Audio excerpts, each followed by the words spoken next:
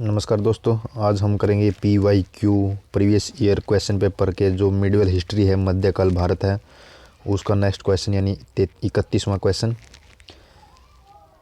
दक्षिण भारत के इतिहास में उससे संगत एक विशेषता यह मिलती है कि बड़े साम्राज्यों की अपेक्षा छोटे क्षेत्रीय राज्य विकसित हुए। इसका क्या कारण था? ऑप्शन ए लोहा जैसे खनिजों का अभाव, ऑप्शन बी सामाजिक संरचना में अनेकानेक विभाजन, ऑप्शन सी विशाल उपजाऊ भूमि क्षेत्रों का अभाव, ऑप्शन डी जनशक्ति का अभाव। क्वेश्चन देखते हैं दोबारा। दक्षिण भारत के इतिहास में उससे संगत एक विशेषता यह मिलती है कि बड़े साम्राज्यों की अपेक्षा छोटे क्षेत्रीय राज्य विकसित हुए। छोटे क्षेत्रीय राज्य क्यों विकसित हुए? तो इसका राइट आंसर है सी, यानी दक्षिण भारत में विशाल उपजाऊ भूमि क्षेत्रों का अभाव था। दक्षिण भारत के इतिहास में उससे संगत एक विशेषता यह मिलती है कि बड़े साम्राज्य की अपेक्षा छोटे क्षेत्रीय राज्य विकसित हुए। इसका कारण दक्षिण भारत में विशाल उपजाऊ भूमि का अभाव था। हमारा 32 क्वेश्चन है। राजा को अपनी प्रजा से मुक्ति मिली और प्रजा को राजा से, ये किसके निधन पर बदायूंनी ने इस प्रकार की टिप्पणी की थी? इसका राइट आंसर है मोहम्मद बिन तुगलक, यानी सी आंसर है। ये क्वेश्चन दोबारा आ सकता है कि मोहम्मद बिन तुगलक की मृत्यु के बाद किसने कहा कि राजा को प्रजा से और प्रजा को राजा से मुक्ति मिली? ये कहा बदायूंनी ने। तो मतलब प्रीवियस क्वेश्चन पेपर जो PYQ है, प्रीवियस ईयर क्वेश्चन पेपर है, उसमें से ही क्वेश्चन बना सकते हैं। हमारा नेक्स्ट क्वेश्चन है 33। जैन उल आबदीन द्वारा पूरी की गई कश्मीर की जामा मस्जिद की प्रभावकारी विशेषता में क्या शामिल है? जो उसने जामा मस्जिद बनाई थी, और जैन उल आबदीन को कश्मीर का अकबर भी कहा जाता है। और जो उसने कश्मीर में जामा मस्जिद बनाई थी उसकी क्या विशेषता है? बुर्ज, बौद्ध पैगोडाओं से समानता, और तीसरा है फारसी शैली। तो ये तो तीनों विशेषताएं हैं कि जो जामा मस्जिद उसमें बुर्ज भी था और बौद्ध पैगोडाओं से समानता भी थी और फारसी शैली का भी यूज किया गया था। हमारा 34वां क्वेश्चन है। निम्नलिखित युग्मों में से कौन सा सही सुमेलित नहीं है? जहांगीर के टाइम में विलियम हॉकिंस आया, अकबर के टाइम में सर थॉमस रो भारत आया, और शाहजहां के टाइम में टवर्नियर भारत आया, और औरंगजेब के टाइम में मनुची वापस आया। हमको पता है कि सर थॉमस रो जहांगीर के टाइम में 1615 में भारत आया था, तो इसका उसमें अकबर दिया हुआ है जो कि गलत है।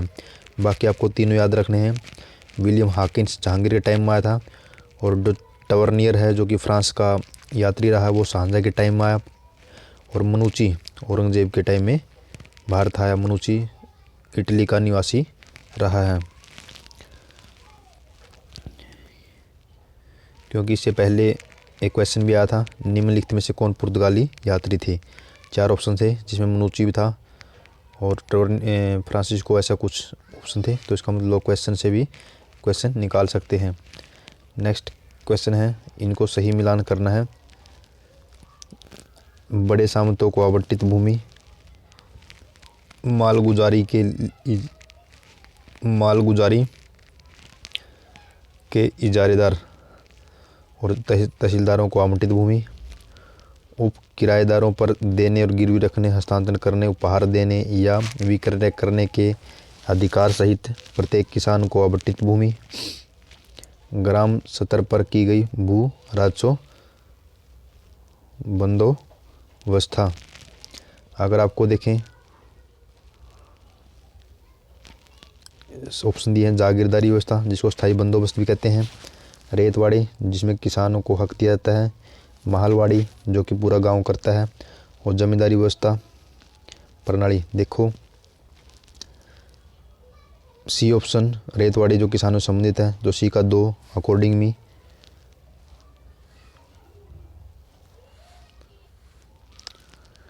तो सी का 2 देखते हैं किस में आएगा।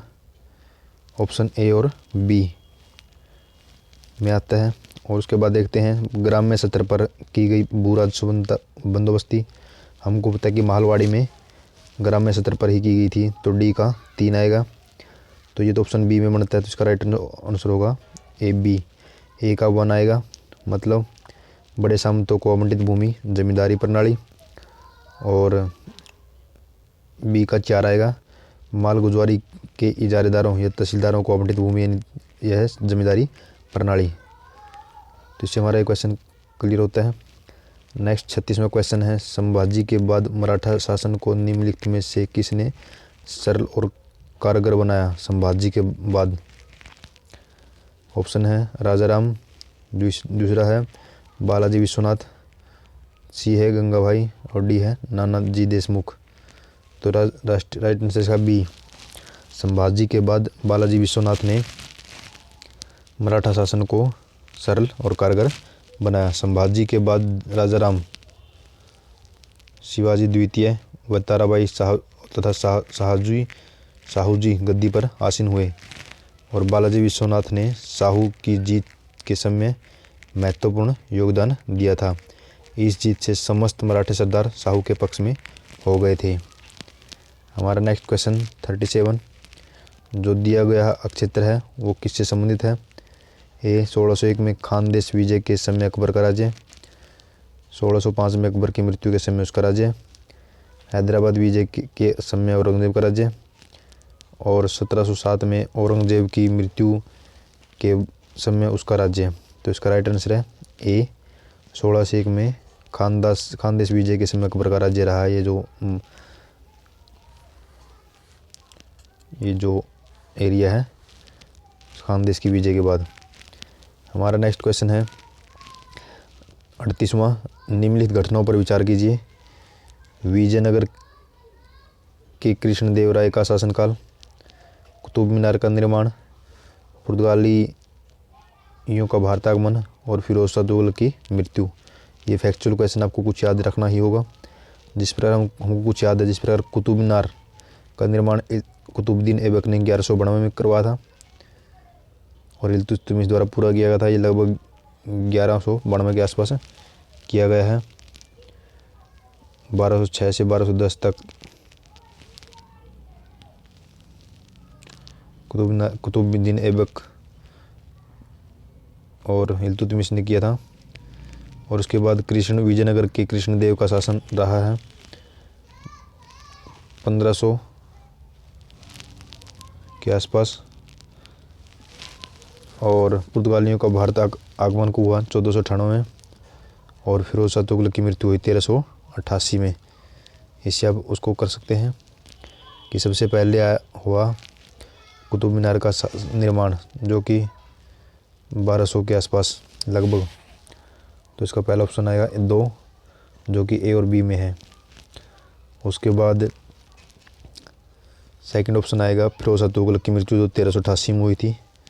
उसके बाद पुर्तगाल का आक्रमण हुआ 1498 में।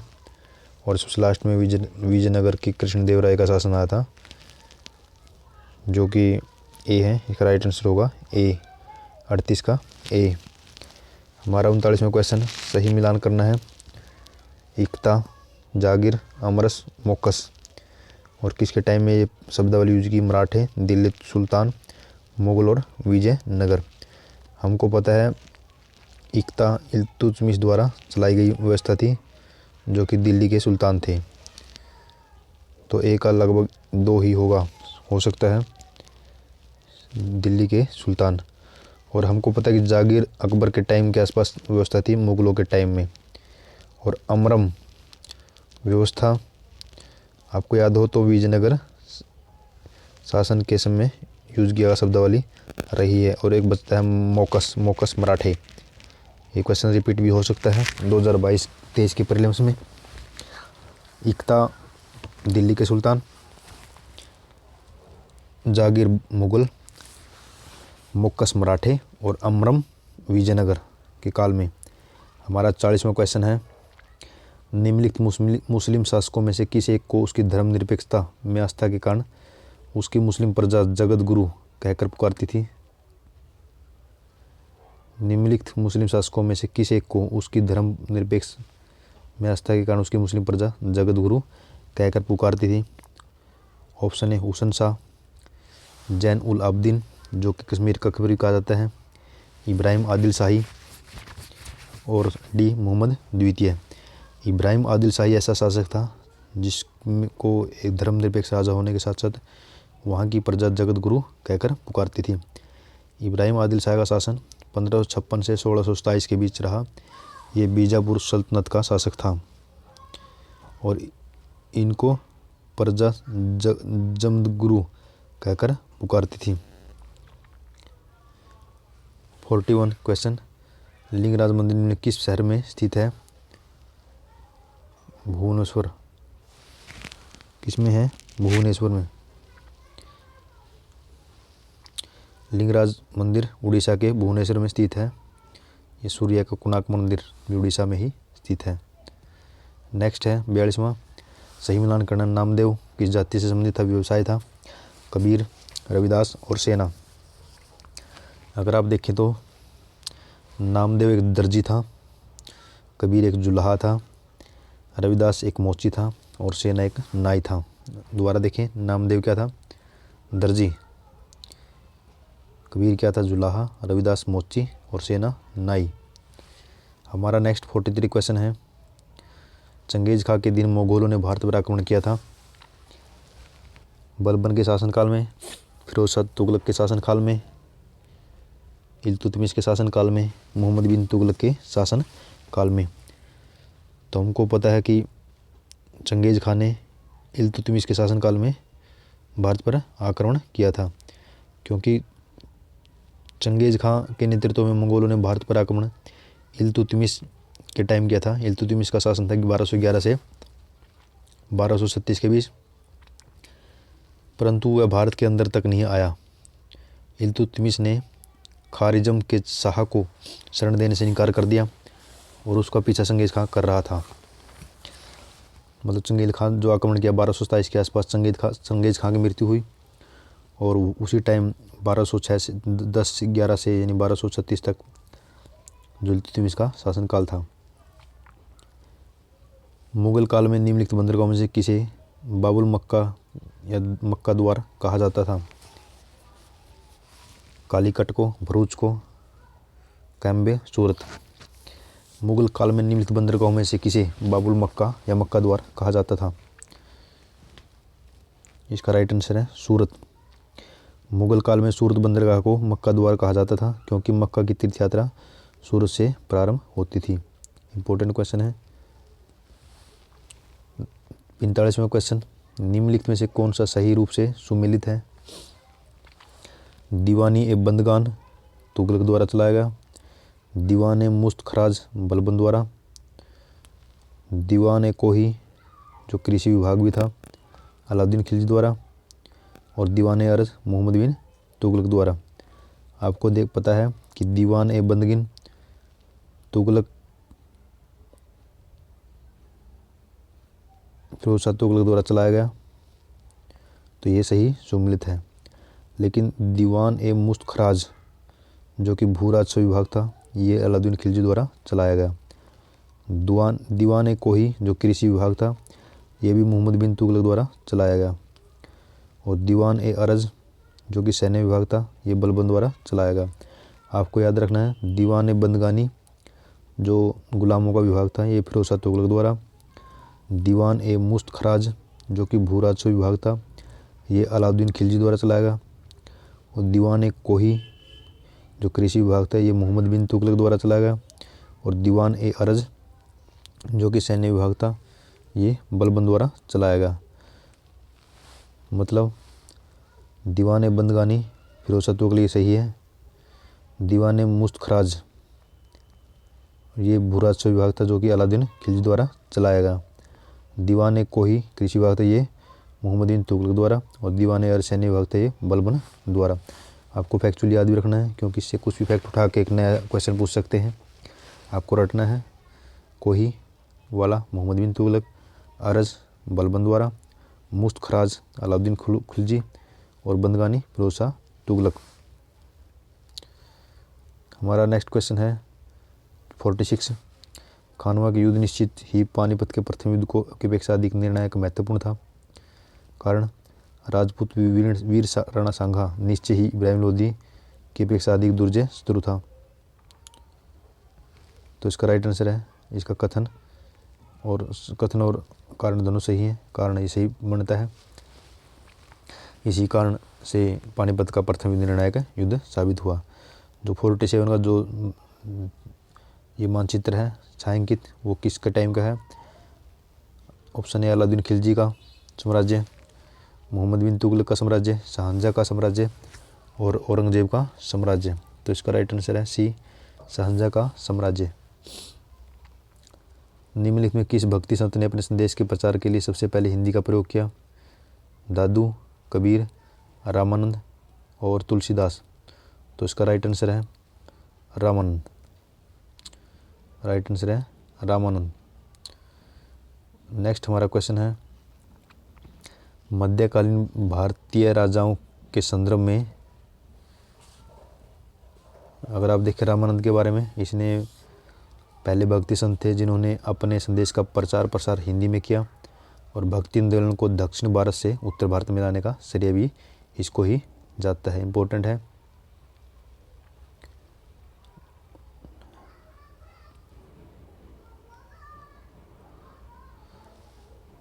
हमारा नेक्स्ट क्वेश्चन है 49वां। मध्यकालीन भारतीय राजाओं के संदर्भ में निम्नलिखित में से कौन सा कथन सही है? अलाउद्दीन खिलजी ने पहले एक अलग आर्य विभाग स्थापित किया। बी बलबन ने अपनी सेना के घोड़ों को दागने की पद्धति शुरू की। इसको तो हम वैसे ही एलिमिनेट कर सकते हैं क्योंकि घोड़ों को दागने की प्रथा अलाउद्दीन खिलजी ने शुरू की थी। बी तो हमारा ऑप्शन वैसे ही कट गया। मोहम्मद बिन तुगलक के बाद दिल्ली गद्दी पर उसके चाचा बैठे। फिरोज शाह तुगलक ने गुलामों का एक अलग विभाग स्थापित किया। ये क्वेश्चन रिपीट हो गया क्योंकि एक ऑप्शन पहले वाले क्वेश्चन में क्या था, जो भी क्वेश्चन आया था कि जो बंदगान है वो किसके द्वारा, वो फिरोज शाह तुगलक के द्वारा, वही गुलामों वाला विभाग था। तो ये भी हमारा सही है। तो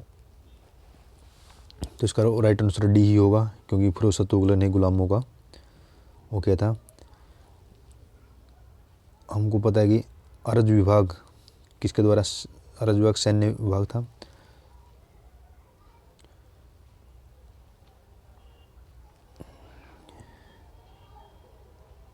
और अलाउद्दीन खिलजी ने घोड़ों को दागने की प्रथा शुरू की थी और सैनिकों का हुलिया लिखने की प्रथा आरंभ की थी। हमारा बी ऑप्शन गलत है।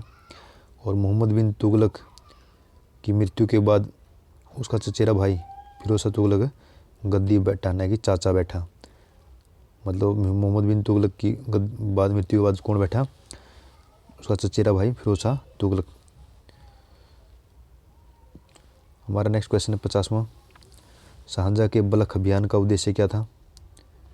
काबुल की सीमा से सटे बलख और बदखासा में एक मित्र शासक को लाना, मुगल की मातृभूमि और समरकंद फरगना को जीतना, मुगल सीमा को वैज्ञानिक पद्धति मुदारिया पर निर्धारित करना,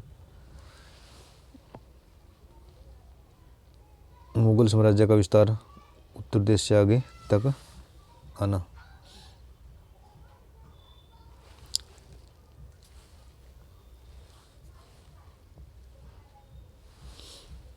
नेक्स्ट इसका राइट आंसर है ए। जो शाहजहाँ का बलख अभियान का उद्देश्य क्या था? काबुल की सीमा से सटे बलख और बदखासा में एक मित्र शासक को लाना। मोहम्मद बिन तुगलक दिल्ली छोड़ने के लिए 2 वर्षों तक सवरगद्वारी नामक शिविर में रह रहा है। उस समय दिल्ली एक ऐसे कारण क्या था? उस समय दिल्ली एक ऐसे प्लेग से बर्बाद हो गई और बहुत से लोग मारे गए। तो इसका कथन क्या था? मोहम्मद बिन तुगलक दिल्ली छोड़ने के बाद 2 वर्षों तक सवरनगरी द्वारी नामक शिविर में रहा।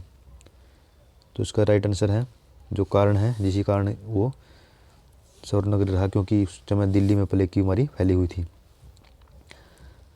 नेक्स्ट हमारा इतिहासकार बर्नी ने दिल्ली के सुल्तानों के अधीन भारत के शासन को वास्तविक इस्लामी नहीं माना। क्यों माना? इतिहासकार बर्नी ने दिल्ली के सुल्तानों के अधीन भारत के शासन को वास्तव में इस्लामी नहीं माना। क्योंकि अधिकतर आबादी इस्लाम का अनुसरण नहीं करती थी, मुस्लिम धर्म तवज्ञ की उपेक्षा करते थे, कानून के साथ साथ अपने स्वयं के भी नियम बना दिए थे। गैर मुसलमानों को धार्मिक स्वतंत्रता दे दी गई थी। तो बर्नी ने जो दिल्ली सुल्तानों के अधीन शासन को इस्लामी नहीं माना, क्यों नहीं माना? तो इसका राइट आंसर है सी, सुल्तान ने मुस्लिम कानून के साथ साथ अपने स्वयं के भी नियम बना दिए थे।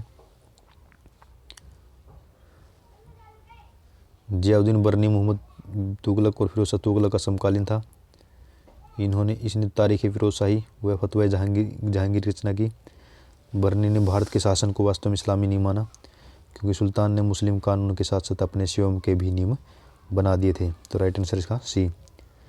53 क्वेश्चन, भारतीय इतिहास में सूफीवाद के संदर्भ में निम्नलिखित कथनों पर विचार कीजिए।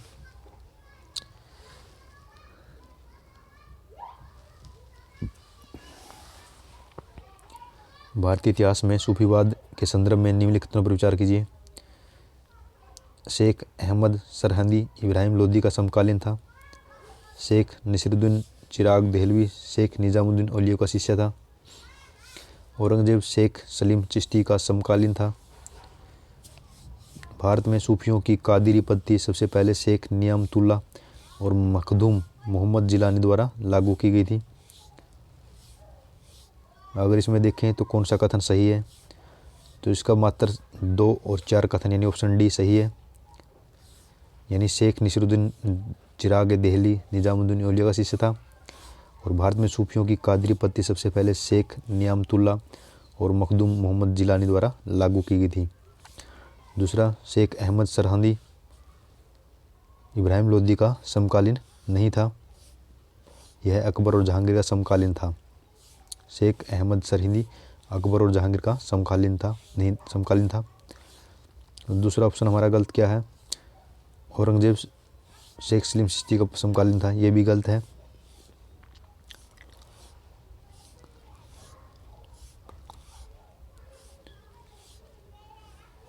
हमारा नेक्स्ट क्वेश्चन है 54।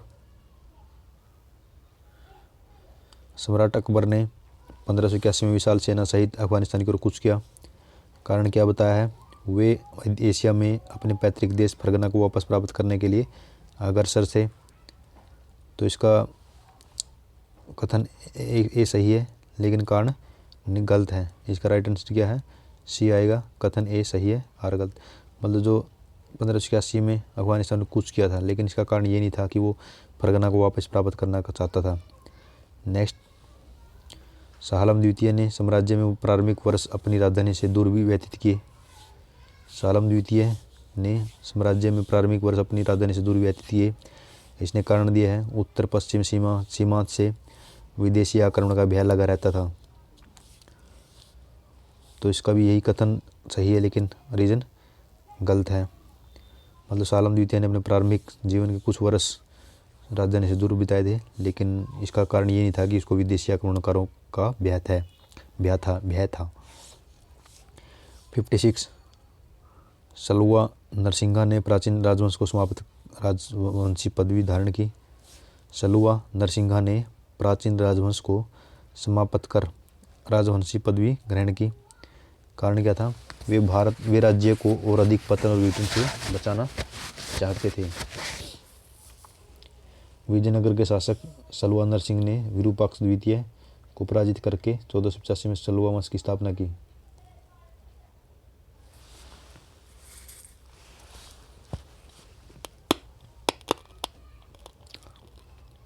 लेकिन इसका कारण ये नहीं था। 58 क्वेश्चन देखें। बाबर को भारत पर आक्रमण करने के लिए आमंत्रित करने वालों में एक आलम खान, जो कि इब्राहिम लोदी का संबंधी था, वह दिल्ली के राज शासन पर दावेदार था। बी ऑप्शन, इब्राहिम लोदी का संबंधी था, उसे देश से निकासित कर दिया गया था। सी, दिलावर खां के पिता और जिसे इब्राहिम लोदी के हाथों क्रूर प्रहार मिला। पंजाब प्रांत का एक उत्तराधिकारी जो जाति के प्रति इब्राहिम लोदी के व्यवहार से अत्यधिक असंतुष्ट था।